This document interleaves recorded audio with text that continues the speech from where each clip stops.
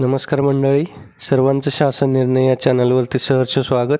मित्रहो, शिक्षण हक्क कायदा म्हणजेच RTE अंतर्गत खाजगी शाळांमधील 25% राखीव जागांवरील प्रवेशासाठी आलेल्या ऑनलाईन अर्जांची सोडत सोमवारी म्हणजेच 10 फेब्रुवारी रोजी विद्यार्थ्यांच्या हस्ते काढण्यात आली.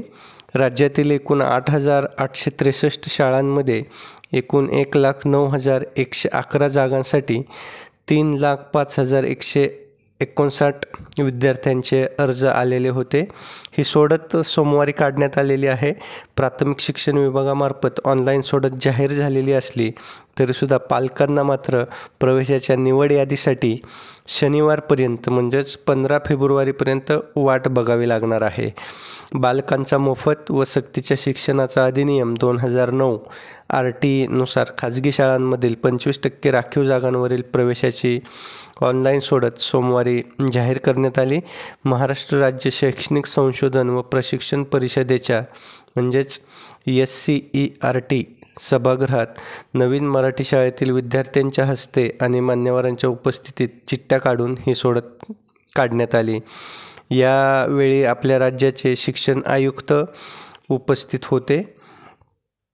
मित्रहो, विद्यार्थ्यांनी चिठ्ठ्या उचलून काढलेल्या नंबरच्या सहाय्याने काही गुणसूत्र वापरून राष्ट्रीय माहिती विज्ञान केंद्रामार्फत ही सोडत काढली जाते. त्यासाठी 3 ते 4 दिवसांचा अवधी लागतो.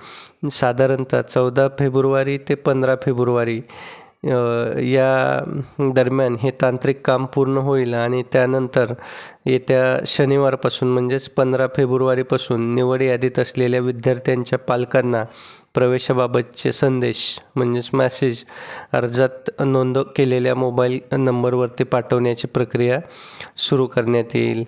मित्रहो, RTE अंतर्गत 25% राखीव जागांवरील प्रवेशाची प्रक्रिया ही पूर्णपणे पारदर्शकच होत असते. त्यामुळे पालकांनी कोणत्याही प्रलोभनाला बळी पडायचं नाही आहे.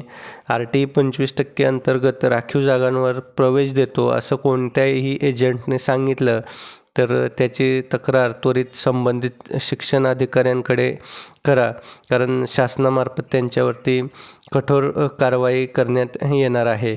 RTE प्रवेश नाकारणाऱ्या शाळांविरोधात सुद्धा पालकांनी निर्भयपणे तक्रारी कराव्यात. RTE अंतर्गत प्रवेश मिळालेल्या विद्यार्थ्यांना इयत्ता 9वीत गेल्यानंतर शाळांकडून थेट ट्रान्सफर सर्टिफिकेट दिले जात असेल तर अशा पालकांनी सुद्धा तक्रार नोंदवण्यासाठी पुढाकार घ्यायचा आहे. शिक्षण विभागामार्फत निश्चितच पालकांच्या तक्रारींची दखल घेतली जाईल असे आपल्या राज्याचे शिक्षण आयुक्त सचिंद्र प्रताप सिंह यांनी सांगितले. मित्र, व्हिडिओ आवडला असेल तर व्हिडिओला लाईक करा आणि जास्तीत जास्त पालकांपर्यंत आणि विद्यार्थ्यांपर्यंत हा मेसेज शेअर करा, हा व्हिडिओ शेअर करा, म्हणजे त्यांनासुद्धा RTE प्रवेश प्रक्रियेबद्दलची सध्याची नेमकी परिस्थिती काय आहे याबद्दल माहिती होईल. तसेच आपण या चॅनलवर नवीन असाल तर चॅनलला सबस्क्राईब करून बेल आयकॉनला प्रेस करा, म्हणजे आपल्याला असेच नवनवीन आणि माहितीपूर्ण व्हिडिओ आपल्यापर्यंत सहज पोहोचतील.